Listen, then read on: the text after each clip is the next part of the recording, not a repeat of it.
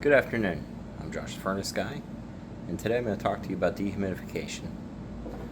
I moved into my house shortly after it was built, and ever since I've had trouble with humidity. The wood was wet. The builder says, they don't dry like they used to. There's moisture in the house, there's moisture in the concrete. I'm trying to get this out. I've had the humidifier running in the basement pretty much non-stop since we moved in. I've got one up in the garage running. I've also have a Comfort Sense 7500 thermostat made by Lennox.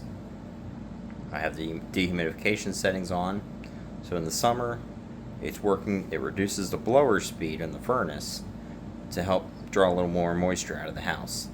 That's still not quite getting it. And another problem I have with that is that it limits the dehumidification at 45%. I would really like to get that a little bit lower. I'd prefer 35. So what do?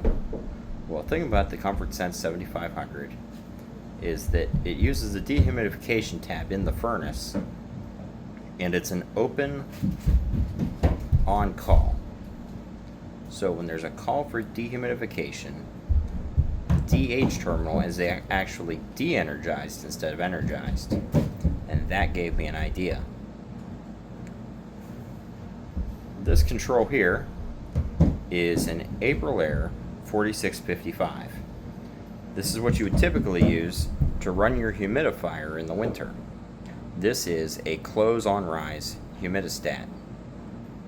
So what I've done is I split the DH in the furnace, ran it through this humidistat, and now when the humidity in the house rises to 35%, my current set point, it'll close that switch and allow my furnace to run the high-speed blower for cooling. And when the humidity rises above 35%, it will open the humidistat, and it will fool the furnace into thinking that the thermostat upstairs is calling for dehumidification.